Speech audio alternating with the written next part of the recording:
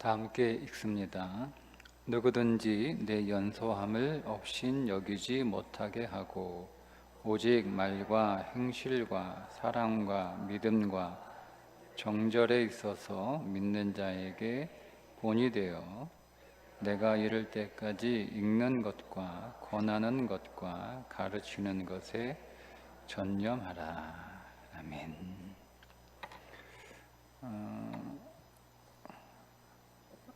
에베소 교회를 목회하게 된 디모데가 오늘 말씀에 보면 연소함을 없인 여기게 하지 마라. 그러니까 나이가 어렸다는 거잖아요. 근데 이 나이가 어리다라고 하는 것이 두 가지 그 의미가 있는데요. 두 가지 그 관점에서 하나는 뭐냐면 그 에베소 교회 안에 신앙생활을 오래 한 사람들이 있었을 거 아니에요. 나이도 많고. 그러니까 에베소 교회 안에 어떤 일부 성도들이, 그러니까 즉 에베소 교회 안에 나이가 많은 성도들이 목회자로 온 디모데가 자기들보다 나이가 어리고 젊으니까 그 디모데를 영적 지도자로, 목회자로 그렇게 대우해 주지 않았던 그런 일들이 있었던 것 같아요. 뭐 무례하게 했을 수도 있고 때로는 뭐 무시하거나 뭐 조롱할 수도 있었겠죠. 그러니까 그 교회 안에 나이가 많은 어떤 사람들에 비해서 디모데의 나이가 어리다, 이런 의미일 수도 있고요. 또 한편으로는 어떤 의미가 있냐면 그 에베소 교회는 바울이 목회하던 곳이고 그 바울이 목회하다가 이제 그 바울의 후임으로 디모데가 간 거잖아요. 그러니까 바울과 디모데는 나이 차이가 많아요. 바울이 디모데를 자기의 아들이라고 했으니까, 그러니까 나이가 많은 바울이 목회를 하다가 거기에 아주 나이가 젊은 바울이 오니까 그 나이가 많은 바울에 비해서 사람들이 보기에 디모데는 너무 젊고 또 너무 어려 보이고, 그죠? 그러니까 그런 의미에 이 두 가지가 다 복합적으로 섞여 있는 그런 상황인 거예요. 그러나 어쨌든 분명한 것은 디모데가 나이가 어리고 젊고 경험도 그렇게 많지 않고, 그래서 교회 안에서 성도들이 디모데의 어떤 영적 지도력을 좀 인정하지 않았던 것 같아요. 말씀드린 것처럼 무례하게 대했던 면도 있었던 것 같고, 또 그의 영적 지도력을 순종하지 않았던 그런 면도 있었던 것 같고, 그런데 이제 이게 문제는 뭐냐면 디모데가 그거를 이렇게 딛고 나가야 되는데 그걸 극복하지 못했던 것 같아요. 그러니까 디모데 자체도 그런 교회 분위기에 좀 이렇게 억눌려서 이렇게 적극적으로 사역하지 못하고 이런 분위기가 바울이 에베소 교회를 목회하는 그런 어떤 장애물로 있었던 것 같습니다. 그런 디모데에게 이제 편지를 쓰면서 그런 내용을 지금 언급하고 있는 거예요. 아무도 너의 연소함을 없인 여기게 하지 마라는 거죠. 그러니까 뭐 내가 나이가 아무리 어려도 내가 이 교회 목회자로, 지도자로, 영적 지도자로 그렇게 파송됐고 또 내가 그렇게 여기서 사역하고 있는데 뭐 내가 나이가 어리지만 당신들이 아무리 나이가 많아도 이 교회 오래 있어도 다 나를 따라와라. 뭐 이러면 이렇게 목회 지도력을 발휘하는 게 아니라 지금 바울이 하는 얘기는 뭐냐면 교회는 뭐 나이로 목회하는 것도 아니고 무슨 학벌로 목회하는 것도 아니고 무슨 경력으로 목회하는 것도 아니고 무슨 어떤 이력이나 스펙 가지고 목회하는 것이 아니라는 거예요. 이걸 또 목회라고 하는 것을 단어를 바꿔서 신앙이라고 여러분 바꾸면 교회는 뭐 나이로 신앙생활 하는 게 아니죠. 여러분들이 뭐 어떤 학벌을 가지고 있고 뭐 어떤 이력을 가지고 있고 여러분들에게 어떤 경력을 가지고 있고 여러분의 뭐 사회적 능력이나 사회적인 위치가 어떤 것인지 그런 거 가지고 교회 생활하는 것이 아니다라는 거예요. 이 부분이 굉장히 중요한 부분입니다. 근데 세상은 그렇지 않죠. 근데 교회도 그러는 거예요. 교회도 그냥 그 사람이 그리스도 안에서 어떤 사람인가 이것만 보면 되는데 저 사람이 세상에서 어떤 사람인가를 자꾸 본단 말이에요. 그것을 또 중요하게 생각하는 거고, 그게 저는 어떤 의미에서 교회가 세속화되는 거죠. 세속화되는 거죠. 제가 여러분 누누이 그런 그 말씀들을 여러 번 드리는데, 교회는 여러분 이렇게 친목 단체가 아니에요. 그죠? 여러분 무슨 친목 단체 구성하려고 무슨 동아리 만들려고 교회 오는 건 아니잖아요. 교회는 그냥 오직 하나예요. 예수 믿으려고 교회 오는 거예요. 그러니까 교회에서 가장 중요한 것은 무엇이냐? 교회에서 가장 중요한 게 뭐예요? 그냥 교과서적으로 이야기하죠. 교회에서 가장 중요한 건 그 사람의 신앙이에요. 그죠? 그거보다 더 중요한 게 있나요? 학교에서 제일 중요한 건 뭐가 중요해요? 성적이 제일 중요하죠. 학교에서 그거보다 더 중요한 게 뭐가 있어요? 직장에서 제일 중요한 건 뭐예요? 그 사람이 얼마나 일을 잘하느냐, 얼마나 많은 성과를 내느냐, 이게 중요하죠. 그죠?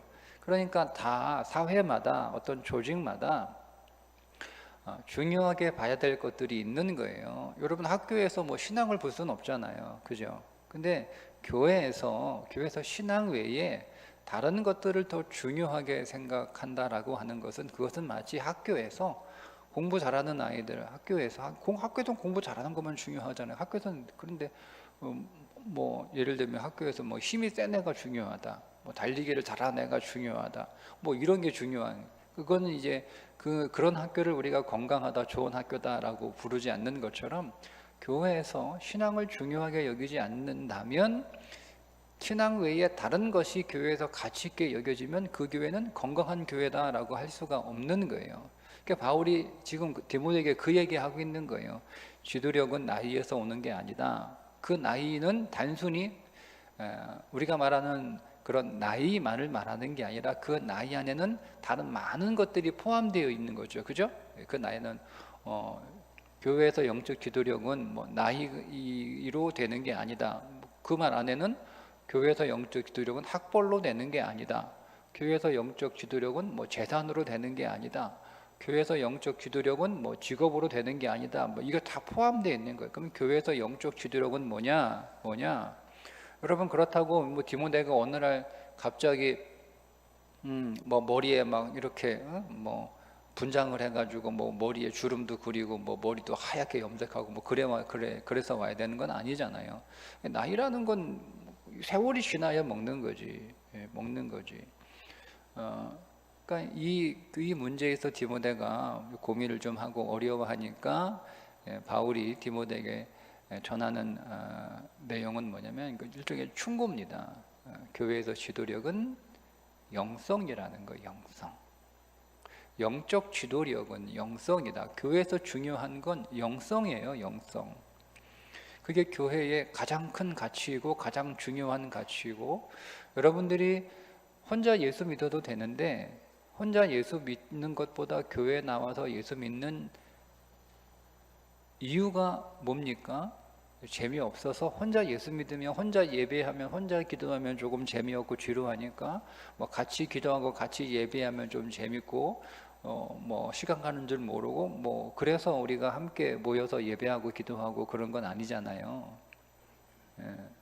우리가 교회 나오는 목적은 혼자 신앙생활 하는 것보다, 우리가 교회에서 함께 신앙생활하면 우리의 영성을 더 강하게, 우리의 영성을 더 높일 수 있기 때문에 교회 나오는 거란 말이에요. 그래서 교회에서 가장 중요한 가치는 영성이죠. 여러분들은 여기에서 영성을 높이기 위해서 함께 우리가 공동체를 이루어 신앙생활을 하는 거지. 그러니까 교회에서 가장 중요한 가치는 영성이라고 하는 건데, 그 영성은 오늘 바울의 그 서신에 의하면, 영성은 우리의 삶을 통해서 묻어 나오는 거예요. 영성은 묻어 나오는 거예요. 그러면 우리가 어디에서 묻어 나오냐? 그래서 오늘 5가지를 얘기하죠. 자, 먼저 12절에 보면 누구든지 내 연소함을 업신여기지 못하게 하고 오직 말과 행실과 사랑과 믿음과 정절에 있어서 믿는 자들에게 본이 되라. 그러니까 영성이 묻어나오는 5가지가 있어요. 영성은 그 사람의 말을 통해서 영성이 묻어나옵니다. 그 사람의 말에 영성이 묻어나오는 거예요. 네? 여러분, 그러니까 영성이라고 할 때 우리의 영성은 너무 여러분 좀 너무 고전적으로 막 기도 많이 하고 뭐 예배 열심히 드리고 뭐 여러분 이런 것을 영성으로 보는 너무 고전적인 여러분 그런 식으로 영성을 이해하시면 안 돼요. 성경이 말하고 있는 특별히 디모데전서 4장에서 말하고 있는 바울이 디모데에게 말하고 영성은 묻어나오는데 말을 통해서 영성이 묻어나온다. 그죠? 그의 행실을 통해서 영성이 묻어나온다. 세 번째, 그의 인간관계를 통해서 영성이 묻어나온다. 네 번째, 생활에서 영성이 묻어나온다. 다섯 번째, 그의 내면에 영성이 묻어나온다 라고 하는 거예요. 그러면 영성은 이렇게 막연한 게 아니에요. 막연한 거예요. 자, 그러면 첫 번째, 우리의 말에서 그 사람의 영성이 묻어나옵니다. 그러니까 그 사람의 말을 들어보면 이 사람이 정말 영성이 있는 사람인지, 영성이 강한 사람인지, 영성이 약한 사람인지, 영성이 풍성한 사람인지, 그 영성이 빈약한 사람인지 그 말을 들어보면 그 사람의 영성이 보이는 거예요. 말을 통해서. 그러니까 여러분은 여러분의 언어는 어떻습니까? 한번 보세요. 오늘 이 말씀을 통해서 내 말, 내 행동, 내 관계, 그리고 내 생활, 그리고 나의 내면, 여기에서 영성이 묻어나와야 되는데 과연 나는 내 영성은 어느 정도인가를 여러분 보시면 되는 겁니다. 말에 영성이 묻어나와 있는 거예요. 뭐 사실 그 사람의 언어가 그 사람이 살고 있는 집 아닙니까? 그러니까 언어는 내가 살고 있는 집이에요. 우리가 사는 집, 뭐 그게 어느 아파트든 뭐 빌라든 뭐 단독주택이든 뭐 우리는 여기에서 산다고 생각하고 있지만 그것은 여러분의 몸뚱아리가 살고 있는 집이고요. 우리의 존재가 정말 살고 있는 집은 우리의 언어입니다. 언어는 그 사람이 살고 있는 집이에요. 그리고 그 사람이 살고 있는 그 언어의 집이 결국 그 사람의 인생입니다. 그래서 말은 그렇게 중요한 거예요. 성경은 그 정도로 제가 지금 그러니까 세상에 말하는 말의 가치고요. 성경은 그 정도가 아니라는 거예요. 성경은 그 말이 사실은 그 사람의 영이라는 거예요. 영. 그렇게 얘기하고 있는 거죠. 그러니까 우리는 말이 영성적이어야 되는데 그러면 여러 가지 영성적이어야 되는 언어의 그 내용은 굉장히 많지만 그 범위가 너무 넓으니까 우리가 다 다룰 수 없지만 오늘 이제 우리가 새벽 기도회 때 민수기를 좀 함께 보고 있는데 그 민수기의 연관돼서 우리가 좀 나누면 가나안 땅을 정탐한 12명의 사람 가운데 10명의 말과 2명의 말이 달랐잖아요. 10명의 말은 어떤 말이서 믿음 없는 말을 하잖아요. 그들은 악평을 합니다. 그러니까 여러분 그러니 잘 보세요. 그들이 그 가나안 땅을 정탐하고 돌아와서 거짓말을 했느냐 사실을 말했느냐 그 거짓과 사실이 중요한 게 아니에요. 그들은 거짓말하지 않았죠. 정확하게 모세한테 정확하게 보고했습니다. 모세한테는 정확하게 보고하죠. 그 땅은 정말 젖과 꿀이 흐르는 땅입니다. 그렇게 분명히 얘기했어요. 그런데 그들이 돌아서서 백성들 앞에서는 다른 말을 하잖아요. 모세한테는 그들이 보고 온 걸 정확하게 사실을 얘기하는데 백성들 앞에서는 그들이 평가해서 얘기하잖아요. 그래서 악평해서 얘기합니다. 믿음 없는 말을 하잖아요. 그러면 여러분 여호수아와 갈렙은 과장되게 말했습니까? 여호수아와 갈렙은 정확히 얘기했어요. 그 땅에 거인 있다. 그 땅에 성읍 견고하다. 맞다라고 얘기해요. 그러나 그는 믿음으로 얘기하죠. 그러니까 여러분 오늘 우리의 말에 있어서 영성적이다라고 하는 것은 뭐 거짓말을 한다, 거짓말을 안 한다, 정직하게 말한다, 여러분 이런 것은 기본이고 그걸 넘어서서 오늘 우리의 언어가 믿음의 언어이냐 이거죠. 그러니까 내가 믿음의 언어를 얘기하면 내가 살고 있는 집은 어떤 집인 거죠? 믿음의 집에 살고 있는 거예요. 예. 여러분, 내가 소망을 얘기하면 나는 소망의 집 안에 살고 있는 거예요. 내가 절망을 얘기하면 나는 절망의 집에 살고 있는 거고, 내가 불신을 얘기하면 나는 불신의 집에 살고 있는 거예요. 이 언어가 중요하다. 언어가 여러분의 영성입니다. 그러니까 여러분의 말을 통해서 여러분의 영성이 그 말을 통해 묻어 나오는 거예요. 두 번째가 행실이죠. 행실.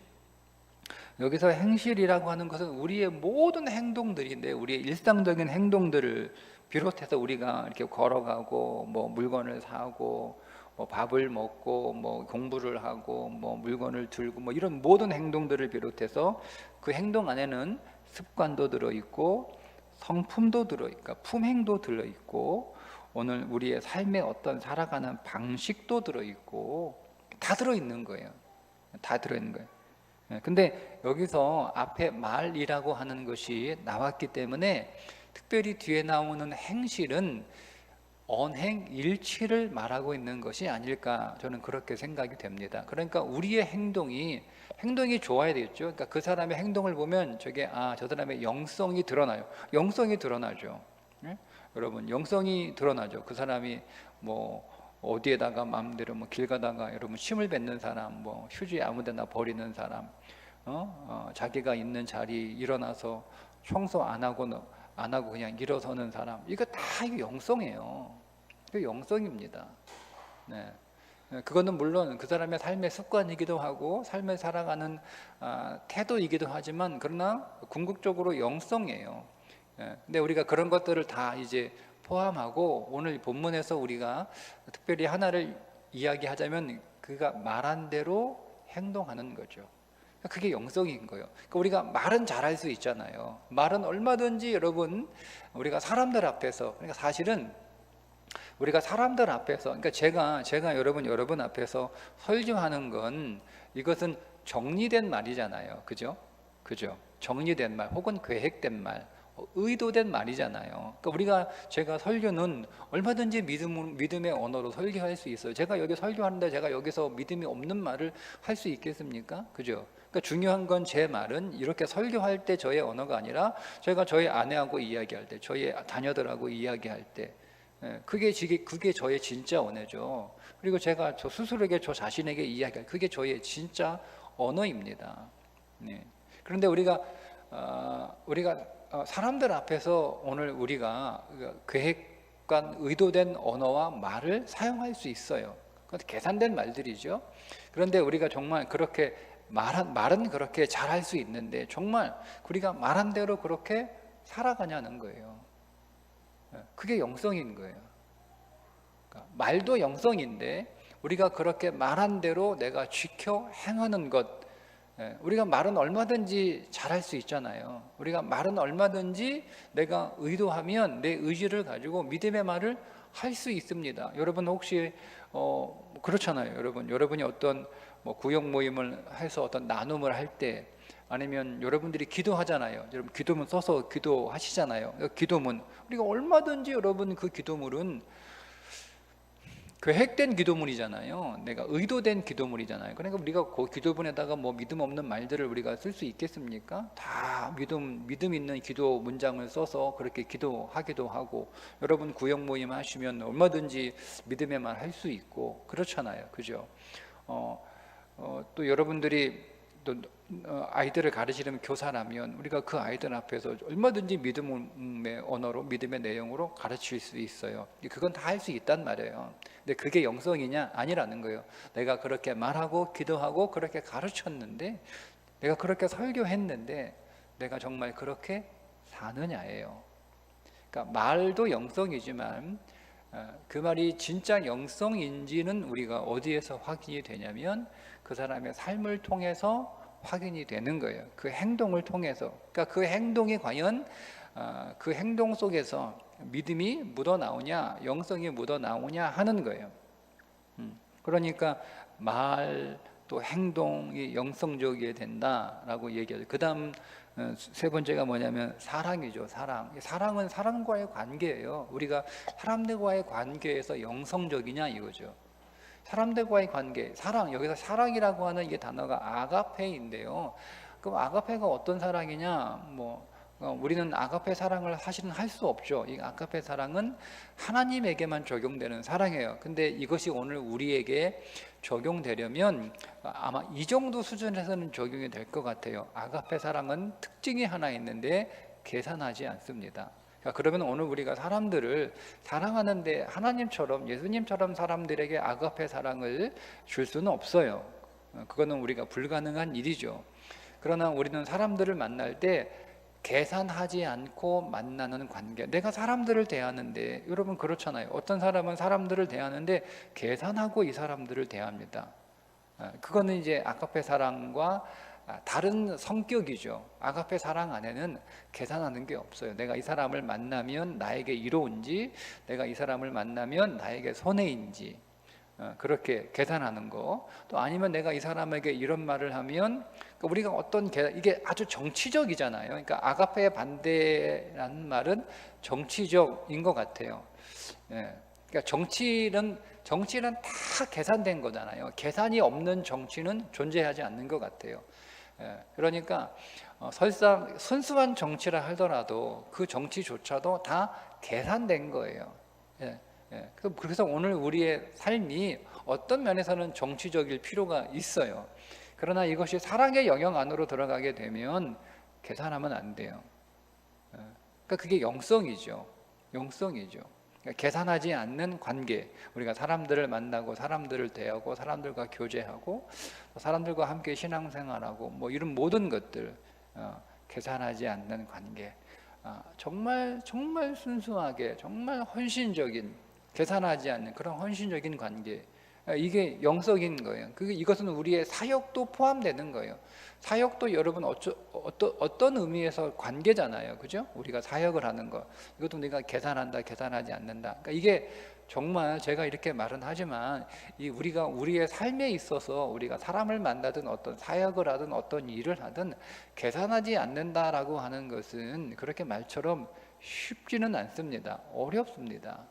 여러분 계산하지 않기 위해서는 내가 부인해야 될 것들이 너무 많아요. 그러니까 여러분 그것은 자기 힘으로 되는 게 아니니까 오직 그리스도의 영으로만 가능한 일이기 때문에 그게 영성이라고 할 수가 있는 거예요. 여러분 내가 아주 부유해. 내가 돈이 너무 많아서 누구에게라도 계산하지 않고 다 쓸 수 있어요. 내가 얼마든지. 여러분 그건 영성은 아니죠.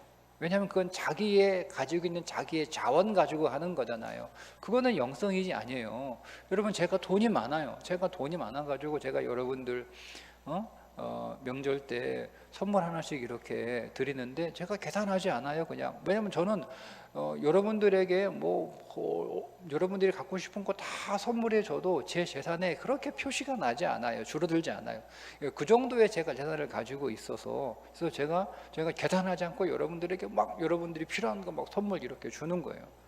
그러니까 그건 영성이 아니에요. 그건 영성일 수 없죠. 그건 자기 힘으로 하는 거잖아요. 여기서 계산하지 않는다라고 하는 것은요, 우리는 계산할 수밖에 없는 존재인 거예요. 우리는 가난하잖아요. 여러분 우리가 다 우리가 시간이 제한되어 있잖아요. 우리가 시간이 다 똑같이 하루에 24시간이고 누구는 36시간 있는 거 아니잖아요. 다 똑같이 24시간. 그러니까 우리는 다 시간을 내가 어떻게 써야 할지 다 그 계산을 가지고 있는데 어느 누군가가 내 시간을 요구할 때가 있잖아요. 그죠? 그때 내 계산으로는 내가 가진 시간을 내가 내 삶을 시간을 정해놨는데 내가 이거 해야 되고 저거 해야 되고 정해놨는데 누가 내 시간을 조금 잠깐 좀 달라고 했을 때 그게 안 되니까 내 힘으로 안 되니까, 나는 시간에 있어서 가난하니까, 혹은 나는 건강에 있어서 가난하니까, 나는 혹시 물질에 있어서 가난하니까, 나는 혹시 마음이 가난할 수도 있잖아요. 막 일이 막 정신없이 많아가지고 삶이 복잡하면 우리의 마음에 가난의 여유가 없잖아요. 이게 다 가난하는 거예요. 그때 오늘 우리가 계산할 수밖에 없는 거예요. 시간도 계산할 수밖에 없고, 내가 이렇게 피곤한데 계산할 수밖에 없고, 계산할 수밖에 없어요. 네. 계산할 수밖에 없죠. 제가 월요일 날 명절 때 저희 그 처가 가지 못하니까 월요일 날 4시간 운전하고 1시간 안녕 계세요 안녕히 하고 또 4시간 운전하고 이렇게 왔거든요. 그러니까 계산하는 거예요. 내가 월요일 날 쉬어야 되는데 못 쉬고, 하루에 뭐 차가 안 막히면 8시간 운전하는 거잖아요. 갔다 와서 하면 화요일하고 수요일하고 목요일 어떻게 지낼까, 뭐 이렇게 계산, 그죠? 그러니까 우리는 계산할 수밖에 없는 거예요. 가난하니까. 예? 물질도 가난하니까 계산할 수밖에 없는 거죠. 근데 이제 그게 영성이 뭐냐면, 내가 계산하면 나는 없어서 나눠주기가 어려운 거예요. 시간도 내놓기가 어렵고, 내 건강도 내놓기가 어렵고, 물질도 내놓기 어려운데, 우리 안에 그리스도의 영, 그분의 부유하신 그리스도의, 그분은 시간이시고, 그분은 능력이시고, 그분은 재물이시고, 그 영이 우리 가운데 있으니까 우리가 내 것을 주는 게 아니라 그리스도 것을 우리가 받아서 주는 것, 그게 영성입니다. 그러니까 그게 그 사람의 영성이 묻어 나오는 거죠. 그러니까 그게 그 관계 안에서 이걸 계산하지 않는 것, 그것이 그 사람의 영성, 거기서 나오는 거예요. 그걸 보고 그 사람의 영성을 우리가 느끼는 거죠. 세 번째는 믿음인데, 이 믿음이라고 하는 것은 하나님을 전적으로 신뢰한다라고 하는 뜻인데요. 성경에서 믿음과 동의어가 여러 개가 있는데 그 가운데 하나가 충성, 순종이라고 하는 겁니다. 그러니까 오늘 우리가 우리의 삶을 통해서 우리의 안에 있는 믿음이 묻어나는 것은 뭐냐면, 하나님을 전적으로 신뢰하고 하나님을 전적으로 의지하는 것이 믿음인데, 하나님을 전적으로 신뢰하고 의지하는 것은 내가 하나님의 말씀에 얼마나 충성하느냐, 즉 하나님 말씀에 얼마나 순종하느냐, 이걸 통해서 내 영성이 나오는 거예요. 그러니까 오늘 여러분, 오늘 말씀으로 살아가는 것이, 여러분 뭐 그렇게 살고 계시지만 그렇게 만만한 게 아니잖아요. 우리가 작은 것에 순종하는 것도 사실은 굉장히 어려운 일이에요. 근데 그게 믿음이죠. 믿기 때문에 순종하는 거예요. 믿기 때문에 그 말씀에 충성하는 거예요. 여러분,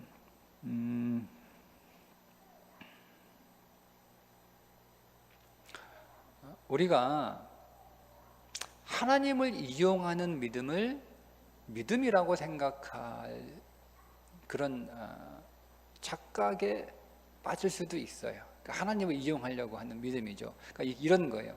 제가 만약에 여러분들에게, 여러분의 누군가에게 어떤 부탁을 해요. 하면서 내가 너 믿는 거, 내가 당신 믿는 거 알지? 당신 믿어. 내가 믿어. 그러니까 그 믿음은 어떤 믿음이죠? 그 사람을 이용하려고 하는 믿음이에요. 그죠? 네. 당신이 할 수 있다는 건 믿어. 당신이 그걸 나한테 해줄 거라는 걸 믿어. 뭐 이런 믿음. 그러니까 우리가 그걸 믿음이라고 말하진 않잖아요. 우리가 본질적으로 말은 그렇게 너를 믿는다. 나 믿어. 나 너 믿어. 내가 너 믿는 거 알지? 뭐 이렇게 말은 하지만 그게 이용하려고 그렇게 얘기하는 거잖아요. 우리가 하나님을 믿을 때도 저 하나님 믿어요. 하나님 믿습니다. 여러분, 이게 정말 내가 하나님을 믿기 때문에 그분을 신뢰하여 그분에게 순종하고 그분의 말씀에 충성하겠다고 하는 믿음인지, 저 하나님 믿어요라고 하는 그 믿음이 내가 하나님을 이용해 먹으려고 하는 믿음인지 다른 거예요. 그러니까 여기서 말씀하고 있는 이 믿음은, 영성적 믿음은 하나님을 우리가 이용하기 위해서 하나님 믿어요라고 말하는 그 믿음이 아니라, 하나님을 신뢰하기 때문에 그분의 말씀에 충성하는, 순종하는 믿음이라는 거죠. 그게 어디서 나오는 거예요? 삶에서 말씀에 얼마나 순종하는가가 묻어나오는 거예요. 삶을 통해서. 그리고 다섯 번째가 정절이죠. 정절. 이 정절이라고 하는 단어는 원래 의미는 깨끗하다 이거예요. 그러니까 오늘 우리의 믿음이 점점 이렇게 깊어지는 거죠. 점점 믿음이 깊어져. 말에서 영성이 깊어지면 그 영성은 행동으로 옮겨지고, 행동에서 영성이 깊어지면 그 영성은 관계로 이어지고, 관계에서 영성이 깊어지면 그 믿음은 하나님 말씀에 순종하는, 하나님과의 관계 안으로 믿음이 영성 깊어지고, 여기서 더 깊어지면 그의 내면, 이거는 누가 보는 게 아니잖아요. 여러분은 제 내면이 보이시나요? 보이지 않잖아요. 제가 여러분 내면 볼 수 없잖아요. 그죠? 여러분이 어떤 생각을 하고 있는지, 여러분들이 어떤 마음을 품고 있는지 제가 모르잖아요. 여러분도 모르잖아요. 제가 어떤 생각하는지, 제가 어떤 마음을 품고 있는지 모르잖아요. 그죠? 이건 누가 알아요? 저만 알아요. 그러니까 아무도 보지 않는, 아무도 알 수 없는, 누구에게도 말하는 그의 내면이 얼마나 깨끗한가. 거기서 영성이 나오는 거예요. 그러니까 이 네 가지 영성, 이 영성적 삶으로 교회의 영적 지도력을 발휘하는 거지, 교회에서 무슨 나이가 많다, 나이가 젊다, 경험이 많다, 경험이 없다, 뭐 이력이 좋다, 뭐 별로 이력이 없다, 뭐 이런 거 가지고 그 사람의 영적 지도력이 결정되는 것은 아니다라는 거예요. 자, 그러면 문제는 여러분, 이 5가지 영성을 우리가 개발한다라고 하는 말이 좀 적절하지 않은데, 우리 안에 영성을 더 함양하기 위해서는 무엇을 어떻게 해야 되느냐, 그죠? 그것을 오늘 13절에 얘기합니다. 내가 이를 때까지 읽는 것과 권하는 것과 가르치는 것에 전념해라 하는 거예요. 뭘 읽어요? 뭘 읽어요? 뭘 읽겠어요? 성경을 읽죠. 뭘 여러분 권합니까? 성경을 권하는 거죠. 뭘 가르쳐요? 성경을 가르치는 거겠죠. 근데 중요한 게 뭐냐면, 먼저 내가 성경을 읽는 거예요. 성경을 읽는다 할 때 여기서 읽는다는 말은 소리내어 읽는다라고 하는 겁니다. 여러분, 우리가 성경을 읽을 때 그냥 눈으로도 읽을 수 있잖아요. 그죠? 그런데 한번 여러분이 소리내어 성경을 읽어보세요. 그러니까 여러분들이 성경을 소리내어 읽는 것과 그냥 눈으로 속으로 읽는 것과 똑같이 성경을 읽는 건데 그게 좀 다른 것 같아요. 근데 한번 해보세요. 뭐가 다른지를 한번 느껴보세요. 분명히 달라요. 여기서 근데 그런 1차적인 의미는 성경을 읽을 때 소리내어 읽어라, 이렇게 바울이 권하고 있는 거예요. 근데 두 번째, 성경을 읽는다라고 하는 것은 우리가 성경을 그냥 속으로 마음으로 읽는 정도가 아니고 성경을 몸으로 읽는 거예요. 그러니까 성경은 3가지로 읽는 거죠. 이게 여호수아 1장 8절에 나와 있는 말씀인데, 성경은 입으로 읽고 묵상, 마음으로 읽고, 3번째, 그 가운데 기록한 대로 다 지켜 행하라, 몸으로 읽습니다. 성경은 3가지로 읽어야 되는 거예요. 성경은 내가 혼자 이렇게 읽는 거예요. 혼자 그냥 글자를 읽는 거죠. 그게 성경의 첫 번째 읽기입니다. 그러니까 우리가 글자로 성경을 여러 번 읽는 게 중요해요. 여러분, 성경을 1족하고 2족하고 3독하고 성경을 읽는 게 중요합니다. 몇 번 성경을 읽어서 그게 중요하고 필요합니다.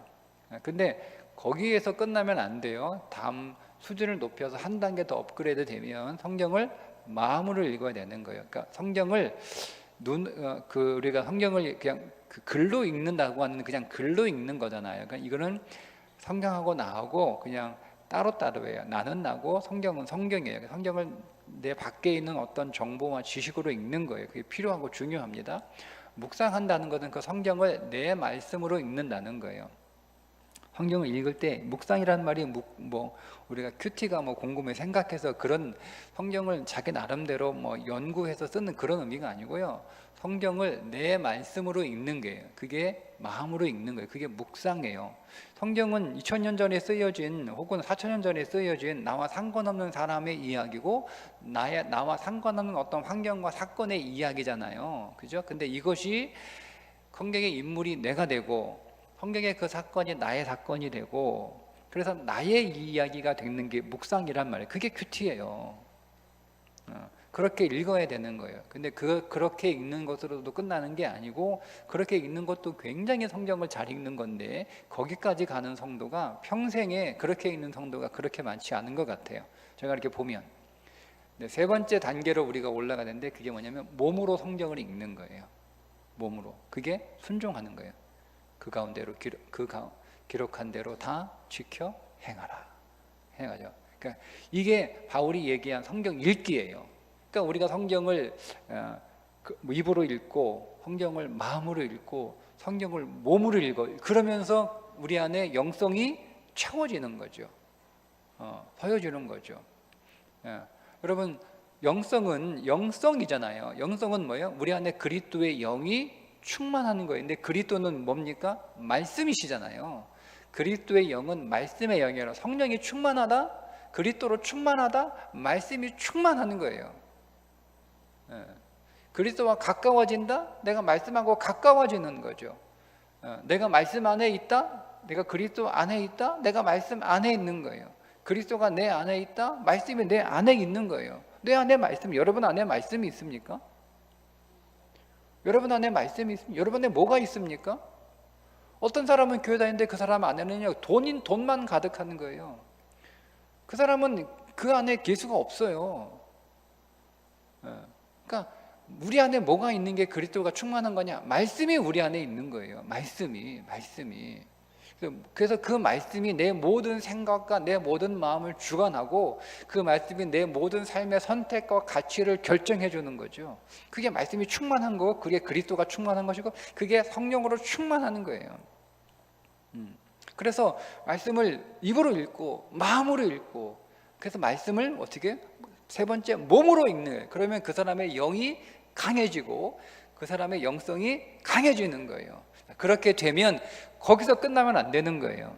두 번째는 그 자기 안에 있는 영을 옆에 있는 사람들에게 자꾸 나누어 줘야 되는 거예요. 그게 권면하고 가르친다는 뜻이에요.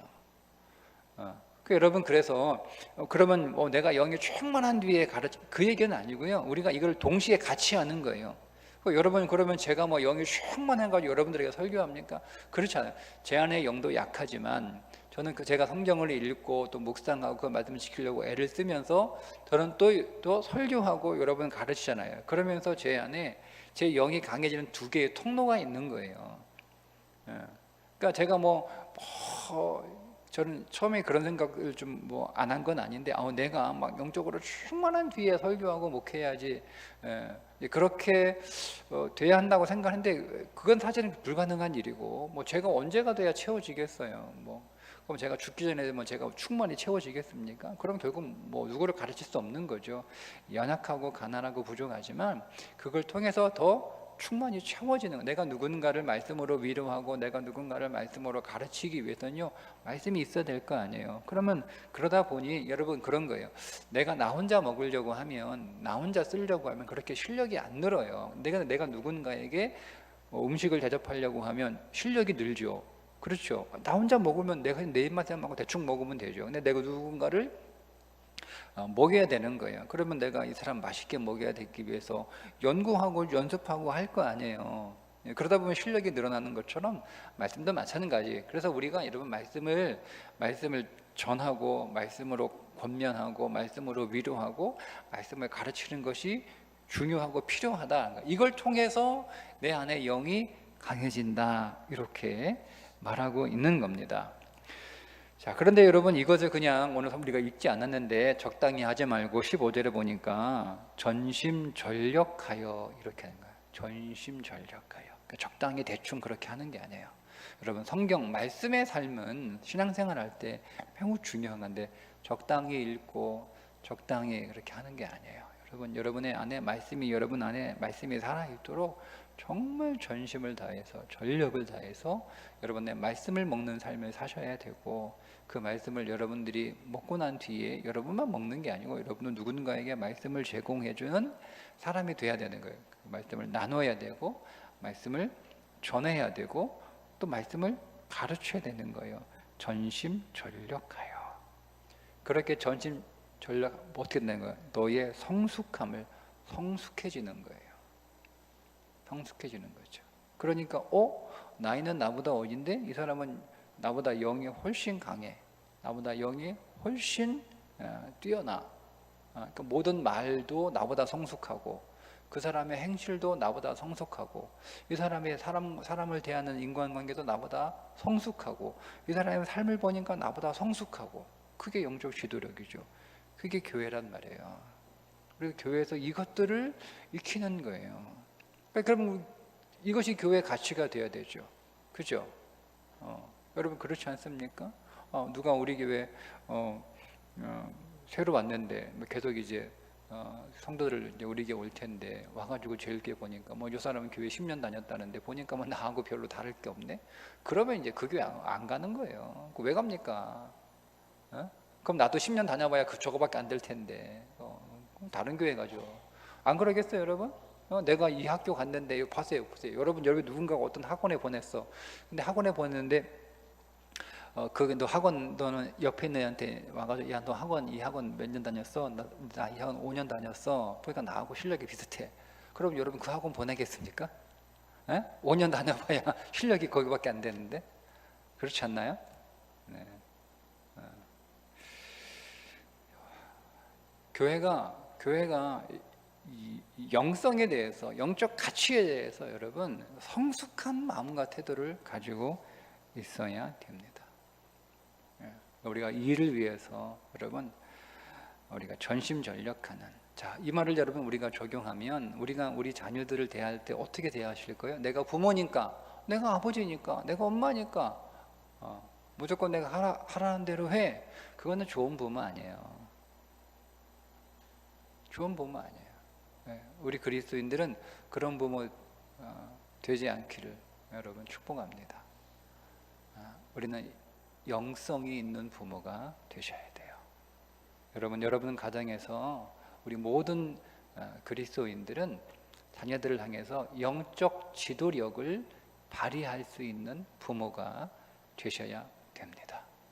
물론 우리는 그 자체만으로도 부모죠. 그러나 우리는 그 수준으로 멈춰 있는 부모가 아니라 자녀들에게 영적 지도력을 발휘할 수 있는 부모.